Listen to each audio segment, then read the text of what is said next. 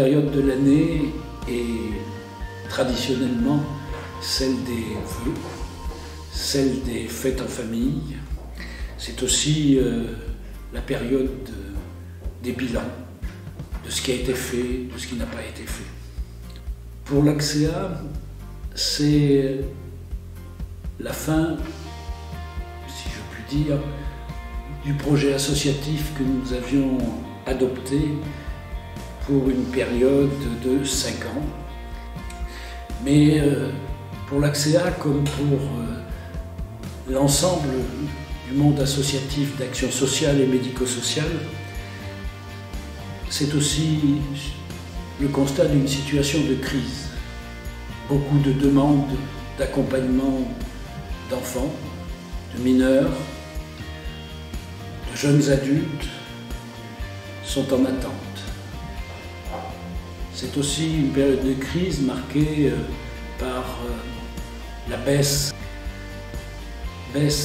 d'attractivité et difficultés de recrutement, comme vous le savez parce que j'ai déjà eu l'occasion de m'y attarder, dû en particulier à un manque évident de reconnaissance des métiers de l'humain. C'est aussi un manque de moyens à la hauteur de la satisfaction de besoins de ceux qui sont dans les plus grandes difficultés, qu'elles soient d'ordre social ou familial. Les droits fondamentaux de l'enfant et son intérêt supérieur ne sont pas toujours au rendez-vous de ce qui devrait être attendu d'une société moderne. Cette situation nécessite que chacun et chacune, c'est-à-dire tous ensemble, plus que jamais, nous nous mobilisions et nous nous mobilisions de manière large et globale. C'est la démarche, en tout cas, et la volonté de l'ACCEA de ne pas agir seul, mais d'agir avec l'ensemble du tissu associatif, l'ensemble des acteurs de l'économie sociale et solidaire, que ce soit au niveau départemental, régional ou national. Nous allons avoir, dans les mois qui viennent, beaucoup de débats sur le futur CEPOM ARS, future génération de CEPOM, mais également sur l'éventuel CEPOM départemental pour la protection de l'enfance. Nous aurons besoin de nous mobiliser fortement sur les valeurs qui nous rassemblent et sur la volonté que nous avons d'agir au plus près des besoins des populations et surtout en vertu d'une qualité indispensable aux actions. C'est l'objet essentiel du futur projet associatif pour la période 2024-2028. J'aurai l'occasion de revenir sur les détails de ce projet associatif, mais d'ores et déjà, le conseil d'administration en a arrêté les grandes lignes. Le précédent projet s'est déroulé sur une période troublée par la crise du Covid en particulier, mais néanmoins, il a cheminé selon les objectifs que nous nous étions fixés. Le projet ne sera pas en rupture par rapport à celui qui vient de s'achever. Il ne fera que reprendre et souligner les axes que nous entendrons développer. Ils sont au nombre de 10. Ces actes, à savoir d'être une entreprise singulière à visée non lucrative et de continuer de l'affirmer, avec une complémentarité des administrateurs bénévoles, des bénévolats d'action, mais c'est tout des professionnels.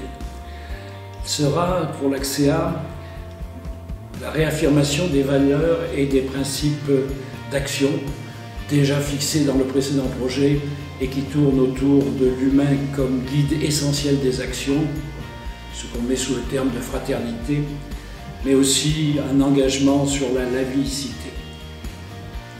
Il sera également un engagement de la vie associative au plan local, régional et nationale.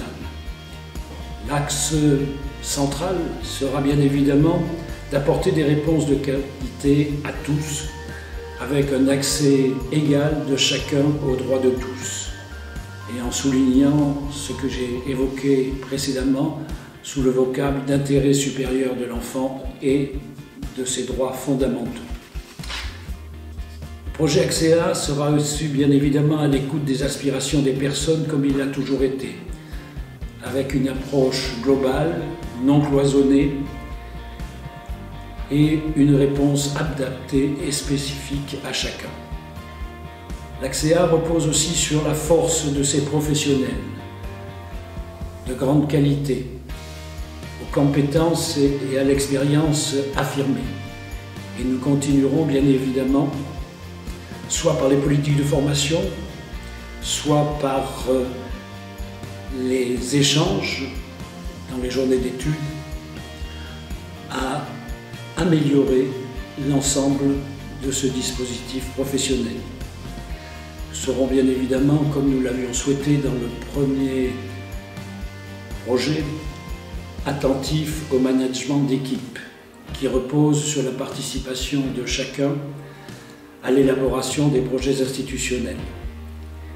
Il sera encore et toujours tourné vers la promotion de l'innovation et l'adaptation de l'offre, comme nous avons su le réaliser en créant le fonds de dotation Novaxéa, qui porte ses fruits en matière d'accomplissement de projets aidés par des mécènes. Nous aurons 2 axes supplémentaires dans ce nouveau projet. À la fois l'exercice conscient de notre responsabilité environnementale et un accompagnement des enjeux de transition d'ordre numérique. Ces 2 enjeux sont au cœur de ce que nous devons avoir comme action citoyenne envers les personnes accompagnées et prises en charge afin d'éviter toute fracture sociale supplémentaire. Voilà, de manière un peu rapide, évoquer l'ensemble du bilan et des perspectives pour l'Axéa. Et bien évidemment, cela ne se fera pas sans vous. Je vous souhaite à chacun et chacune une très bonne année 2024, après des fêtes de fin d'année 2023 qui, je l'espère et j'en suis presque sûr, ont été les plus chaleureuses.